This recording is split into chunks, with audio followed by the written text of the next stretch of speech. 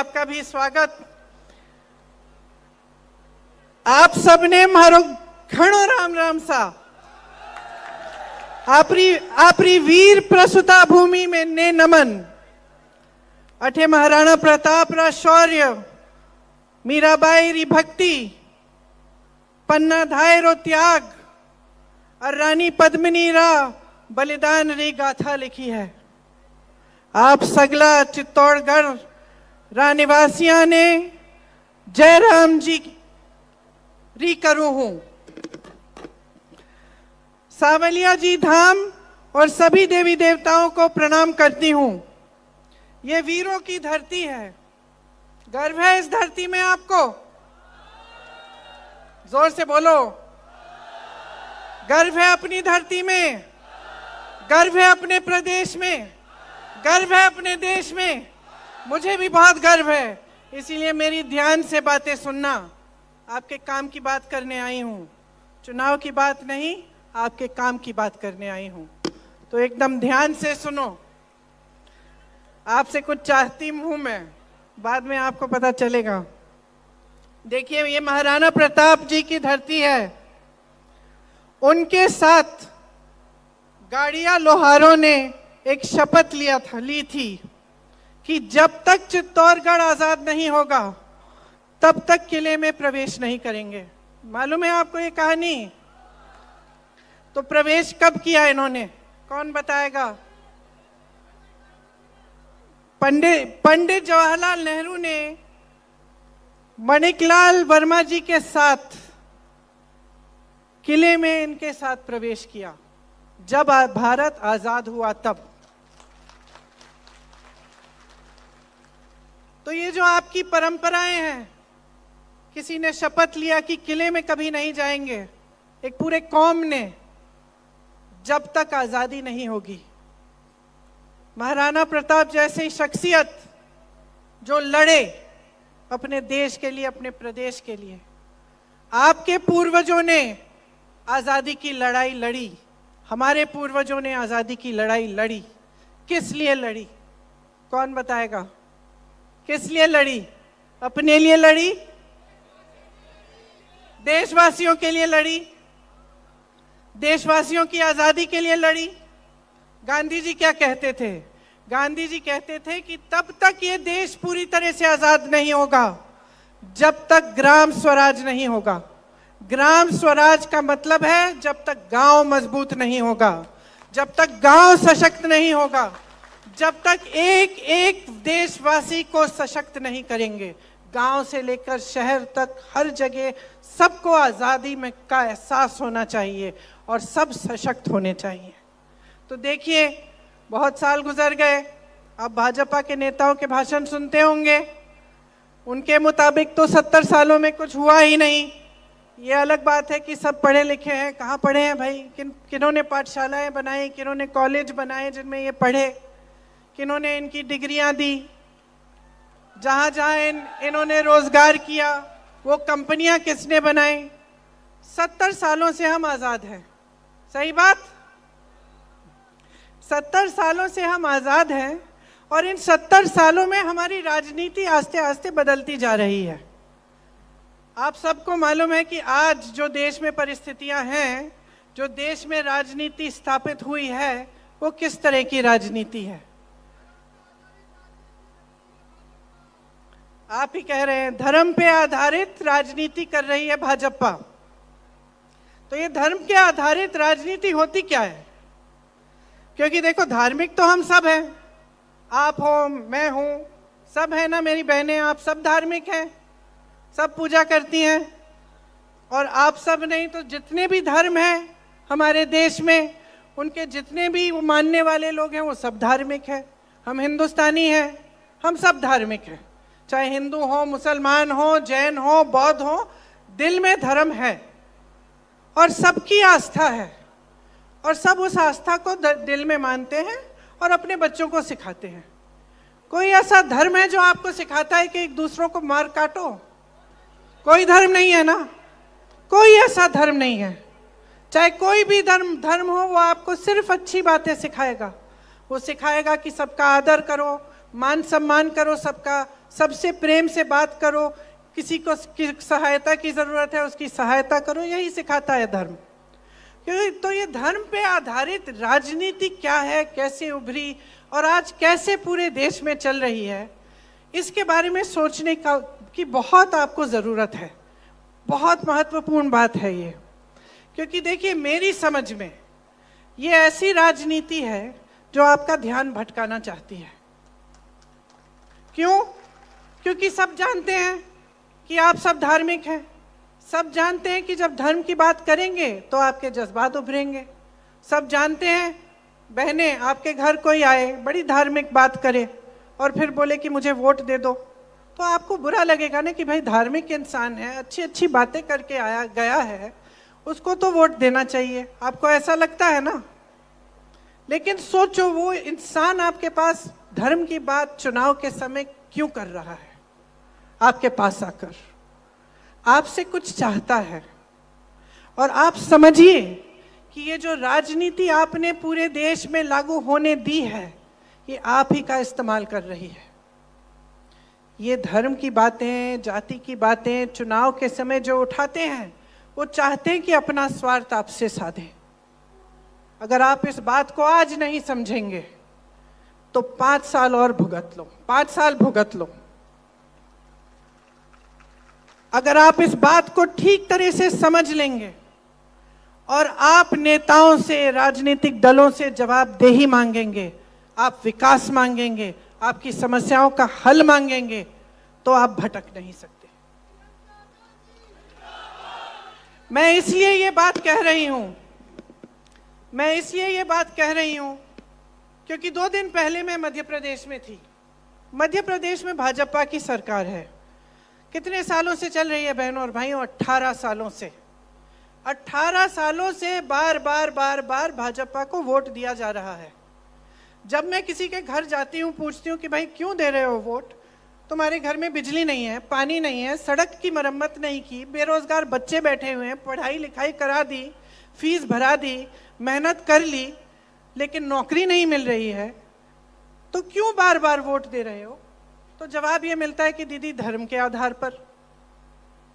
तो धर्म के आधार पर जब वोट दे रहे हो तो नेता क्या सोच रहा है? चालाक होता है, सुन लो, होता है कि नहीं? मंच पे खड़े होके कह रही हूं, किसी भी नेता को इतनी छूट दे दो कि वो आलसी बन जाए, उसकी जवाबदेही हटा दो, उसको पता चल जाए कि भाई मैं इधर उधर की बातें करूंगा, धर्म की बात कर लूंगा, जाति की बात कर लूंगा, कुछ और बोल दूंगा, ध्यान भटका दूंगा, मुझे वोट मिल जाएगा, तो काम क्यों करेगा? काम क्यों करेगा बहनों और भाइयों? आपने आदत जो बिगाड़ दी है। अब जब आप खुद ही कह रहे हो, जब मैं किसी के घर जाती हूँ, वो महिला खुद ही मुझे कह रही है कि भाई मैं काम तो कुछ हुआ नहीं, लेकिन वोट मैं धर्म के आधार पे दूंगी, तो आदत बिगाड़ने वाले तो आप हो गए ना। इस बार मत बिगाड़ना। ये जो आपकी जो परंपरा है ना, कि मैंने सुना है कि भाई राजस्थान में एक बार ये सरकार, एक बार वो सरकार, एक तरह से ठीक है, समझ में आती है परंपरा, लेकिन इस बार परंपरा को पलटो, नहीं तो जो मध्य प्रदेश में 18 सालों से चल रहा है वो यहां हो जाएगा। और मैं आपको बताना चाहती हूं कि क्या चल रहा है। सुनिए, मैं गहलोत जी से हेलीकॉप्टर में पूछ रही थी कि गहलोत जी, आपके राज्य में कितने रोजगार दिलवाए आपने? तो उनके साथी थे, उन्होंने कहा 3 लाख। गहलोत जी ने मुझे कहा, देखो 2 लाख तो हमने दिलवाए हैं और जो 1 लाख और है वो दिलवाने के प्रोसेस में है। तो ठीक है, 2 लाख मानते हैं। अब कोई मुझे बता सकता है कि मध्य प्रदेश में भाजपा की सरकार ने 3.5 सालों में कितने रोजगार दिलवाए होंगे?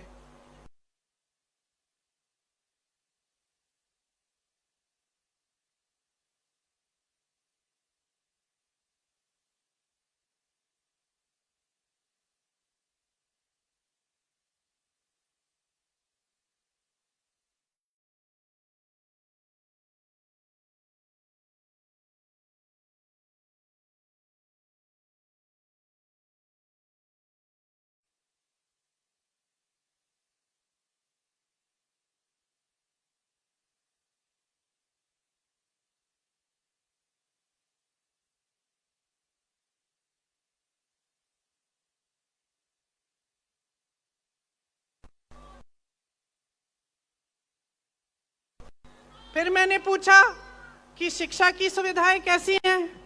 बोला कि शिक्षा की सुविधाएं हमारी यहाँ बहुत अच्छी हैं, सब जगह हम बनवा रही हैं और मजबूत कर रहे हैं। तो रोजगार में आप आगे, शिक्षा में आप आगे। महंगाई को देखते हैं, भाजपा के प्रदेशों में सिलेंडर का दाम कब होता है कम? जब चुनाव आता है। तब तक 1200-1400 तक ऊपर चढ़ गया, किसी ने कुछ नहीं कहा। चुनाव आने लगा, अचानक गिरा दिया 400-500।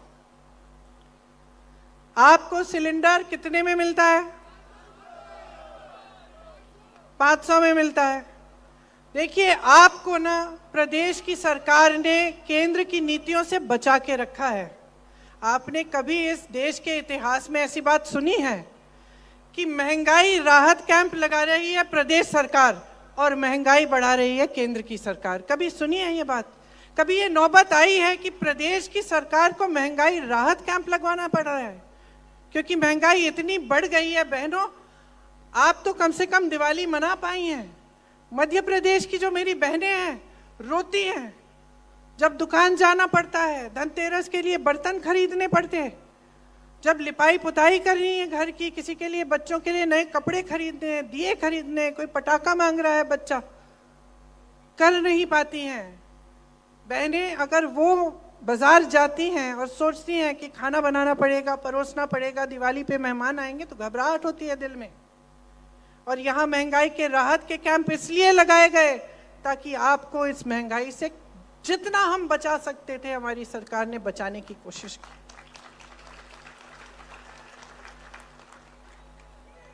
आपको स्वास्थ्य बीमा मिलता है, ठीक है। पिछली बार मैं यहाँ आई थी तो मैं 2 जनों से मिली थी। एक का हार्ट का ऑपरेशन हुआ, उसने हाथ जोड़ के गहलोत जी को धन्यवाद दिया, बोला कि मुझको एक भी पैसा देना नहीं पड़ा। 25 लाख तक आपको आपका इलाज मुफ्त मिलता है। वहां मध्य प्रदेश में देखिए, जहां भाजपा की सरकार है, हर स्तर पर जो स्वास्थ्य सुविधाएं हैं उसमें हर स्तर पर खाली पद है। खाली पद है, ये नहीं है कि नौजवान नहीं है जो पढ़े लिखे हैं, उन पदों को भरा ही नहीं जा रहा है। तो जहां जहां ये लोग आपके लिए काम कर सकते थे उन्होंने किया नहीं। जहां इनके प्रदेश हैं वहां सबसे ज्यादा महंगाई, सबसे ज्यादा परेशानी, किसान भी परेशान है। वहां तो खाद की भी किल्लत है। खाद के लिए जब लाइन में खड़े होते हैं वहां पे, तो किसान से बोला जाता है कि भाई पहले अपना कर्ज चुकाओ, बैंक में जाओ, कर्ज चुकाओ, तभी खाद मिलेगा। नई चीज ये कि मोदी जी ने अपना स्टिकर चिपका दिया, उस पर अपनी फोटो उस पर चिपका दी। तो चुनाव आयोग ने बोला मध्य प्रदेश में अभी खाद का वितरण बंद करिए। बेचारा किसान रो रहा है, त्रस्त है, सीजन निकले जा रहा है, उसको खाद नहीं मिल रही है। क्योंकि इतने अक्लमंद है भाजपा के नेता कि चुनाव के समय खाद पर भी अपनी फोटो लगाना चाहते हैं। तो मैं सिर्फ आपसे एक सवाल करना चाहती हूं, आप किस तरह की राजनीति चाहते हैं अपने प्रदेश में? विकास की चाहते हैं? सीधी सी बात है। देखिए, अपना ध्यान केंद्रित करिए अर्जुन की तरह। जब अर्जुन को तीर मारनी थी, मछली की आंख से उनका ध्यान हटा नहीं। उसी तरह से आपका ध्यान अपने विकास, अपने भविष्य, अपने बच्चों के भविष्य, अपने रोजगार, अपनी शिक्षा की सुविधाएं, अपनी स्वास्थ्य की सुविधाओं से हटना नहीं चाहिए। मांगो तो विकास मांगो तो प्रगति और तरक्की मांगो, और मांगो तो अपने लिए अपना हक और अपना अधिकार मांगो। आपको मालूम है कि आज देश का जो भी एक सरकारी कर्मचारी, उसकी क्या मांग है? पुरानी पेंशन। केंद्र सरकार कहती है पुरानी पेंशन के लिए हमारे पास पैसे नहीं है। आप यहाँ तैनात खड़े हैं, धूप हो या कुछ भी हो, आप तैनात खड़े रहेंगे। आप 20 सालों के लिए नौकरी करते हैं, देश की सेवा करते हैं, हर महीने आपसे पेंशन काटा जाता है। आप सिर्फ यही कह रहे हैं ना कि जो मैंने काम किया 20 सालों के लिए, जो मेरा पेंशन आपने काटा, मेरे हाथों में दे दो, मैं खुद हिफाजत कर लूंगा। आप यही कह रहे हैं। आपको घबराहट है कि कहीं उसका निवेश कहीं गलत जगह कर लिया और गवा दिए आपके पैसे, तो आपकी 20 साल की जो आपकी मेहनत थी उसका क्या होगा? आप जब सरकारी रोजगार ढूंढने निकले थे, जब आप नौजवान थे, तो इसलिए ढूंढने निकले थे कि आपके दिल में यह था कि भाई सरकारी रोजगार है, कुछ सुरक्षा मिलेगी, बाद में भी 20 साल बाद भी मुझे पेंशन मिलेगा। तो आपकी ये एक ही मांग है, कोई सुनवाई हो रही है आपकी? केंद्र की, जहां जहां केंद्र की सरकार हो भाजपा की, प्रदेश की हो, जहां जहां भाजपा की सरकार है, कहते हैं पैसे नहीं है। किसान की क्या मांग है? किसान राहत चाहता है। यहां गहलोत जी की सरकार, कांग्रेस की सरकार ने कर्ज माफ किए, शायद 14,000 करोड़, 1400 कितना, 15,000 करोड़ के कर्ज माफ किए किसानों के, ताकि आपकी सहायता हो जाए। जितने संकटों का आप सामना कर रहे हैं उनमें आपको मदद मिल जाए। आपने 1.5 साल पहले देखा, देश का किसान आंदोलन कर रहा था। उस समय मैं यूपी में काम कर रही थी। दिल्ली में लाखों किसान बैठे हुए थे महीनों के लिए, सर्दी थी, पानी नहीं था, बिजली नहीं था, सैकड़ों किसान शहीद हो गए। यूपी में इन्हीं के मंत्री के बेटे ने 6 किसानों को अपनी जीप के पहियों के नीचे कुचल डाला। वो मंत्री उनके साथ मंच पे बैठता था, कुछ नहीं किया, कोई सुनवाई नहीं थी। बहनों और भाइयों, सुनवाई कब हुई? जब चुनाव आया। यूपी का चुनाव आ रहा था, अचानक काले कानून वापस ले लिए, तभी सुनवाई हुई। तब तक किसान की कोई सुनवाई नहीं थी, सरकारी कर्मचारी की कोई सुनवाई नहीं है। महिलाओं की 18 सालों से सरकार है मध्य प्रदेश में भाजपा की, महिलाओं की कोई सुनवाई नहीं, असुरक्षित हैं। वहां पे तमाम घिनौने जो हरकतें हैं वो सब हो जाती हैं, सुरक्षा नहीं होती है महिलाओं के लिए। लेकिन उनके लिए कोई स्कीम नहीं निकाली, उनकी राहत के लिए कोई स्कीम नहीं निकाली।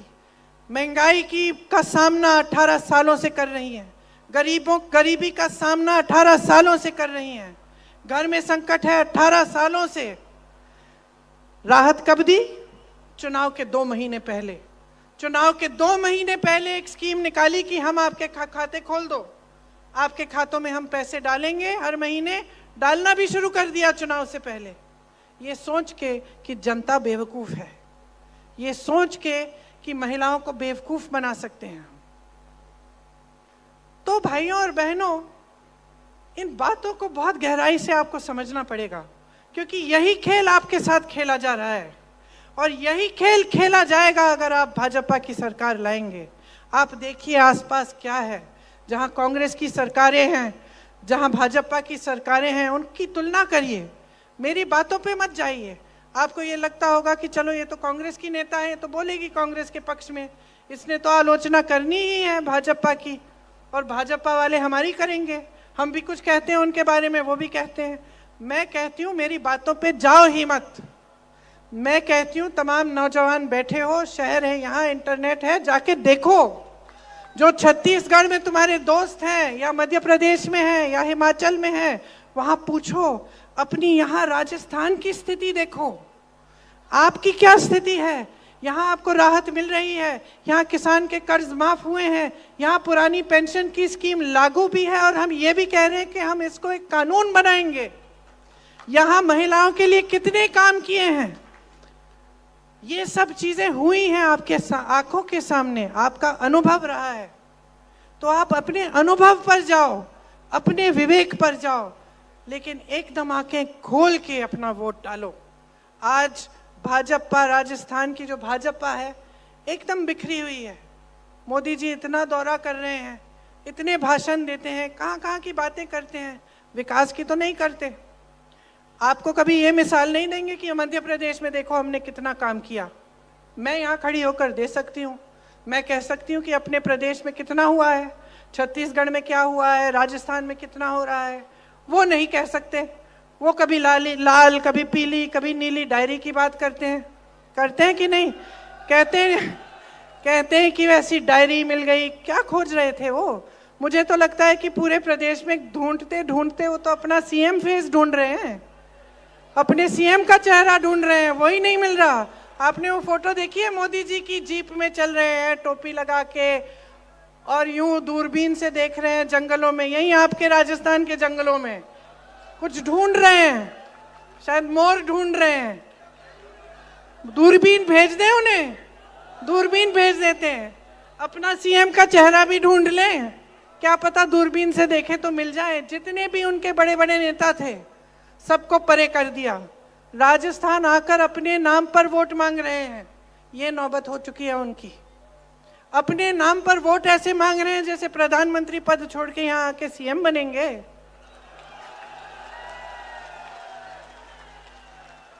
तो आपके साथ छल हो रहा है।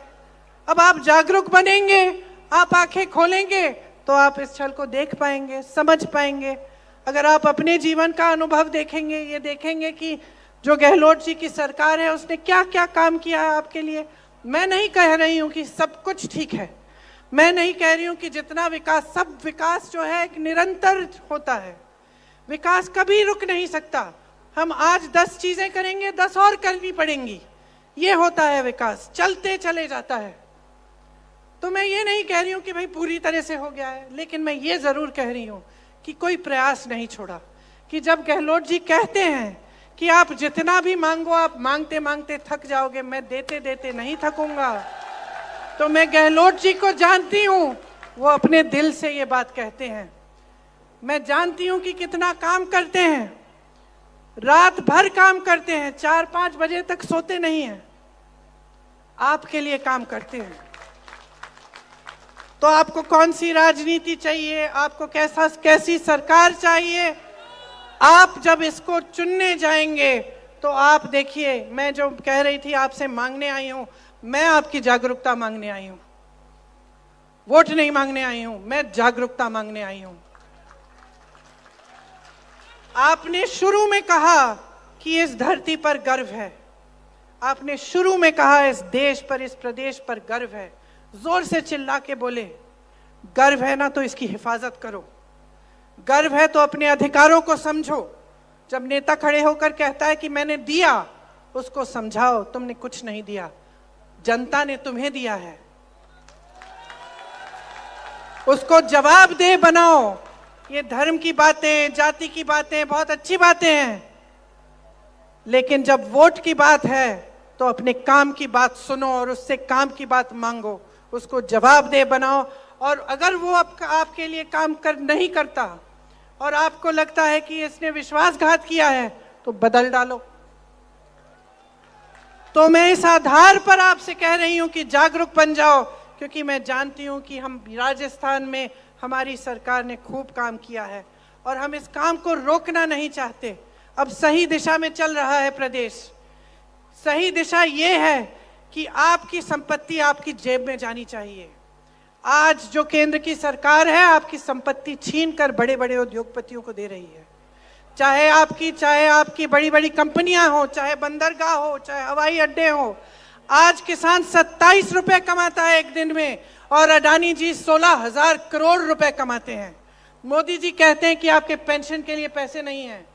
16,000 करोड़ रुपए के 2 हवाई जहाज सिर्फ मोदी जी के हैं, सरकार ने उनके लिए खरीदे हैं और उन्हीं में घूमते हैं।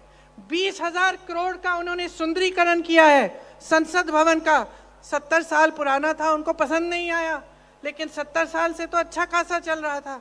20,000 करोड़ खर्चे, जिस समय उन्होंने कहा कि 20,000 करोड़ रुपए खर्चेंगे संसद भवन के सुंदरीकरण के लिए, मालूम है आपको क्या था? कोरोना था। लोग ऑक्सीजन के लिए तरस रहे थे, मर रहे थे सड़कों पे, और ये सोच रहे थे सुंदरीकरण के लिए पैसे देने के लिए। और एक बात और बता देती हूँ, उस समय उत्तर प्रदेश के किसानों का जो गन्ना का बकाया था 15,000 करोड़ रुपए था भाइयों, 15,000 करोड़ का बकाया, और सरकार कह रही थी तुम्हें नहीं दे सकते। और हजारों करोड़ रुपए माफ करते हैं अपने बड़े बड़े उद्योगपति मित्रों को। तो ये सरकार, छोटे जो उद्योगपति हैं, छोटे जो कारोबार चलाते हैं, ये दुकानदार हैं जो मेहनत करते हैं ईमानदारी से दिन रात, उन पे क्या, उनको क्या मिला? जीएसटी मिली, नोटबंदी मिली। आप लोग देशभक्त हो, सब देशभक्त हो, आप कतार में खड़े हो गए। उसके बाद कोरोना आया, आपको कोई राहत नहीं मिली। तो बड़े बड़े उद्योगपतियों को सहारा, सहायता, कर्ज माफ, देश के बंदरगाह, देश के हवाई अड्डे, और आपके बारे में कौन सोचेगा?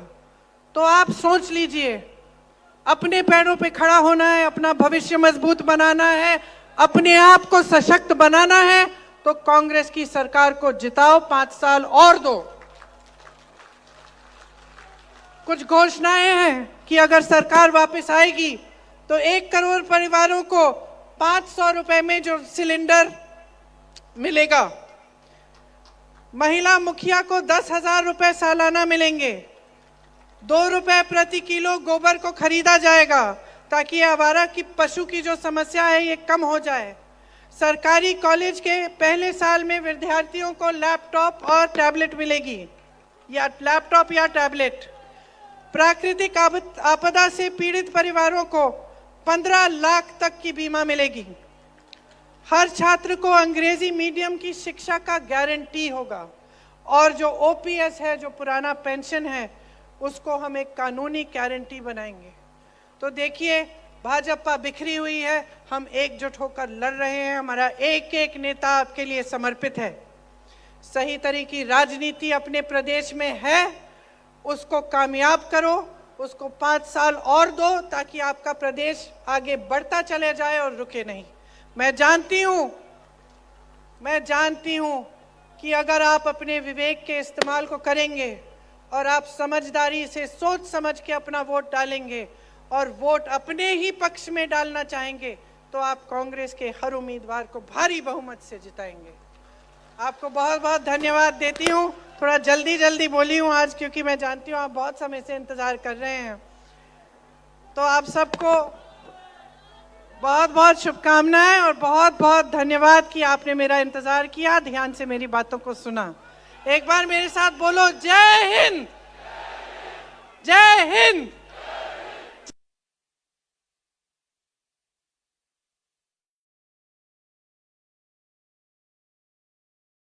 शुभकामनाएं और बहुत बहुत धन्यवाद कि आपने मेरा इंतजार किया, ध्यान से मेरी बातों को सुना। एक बार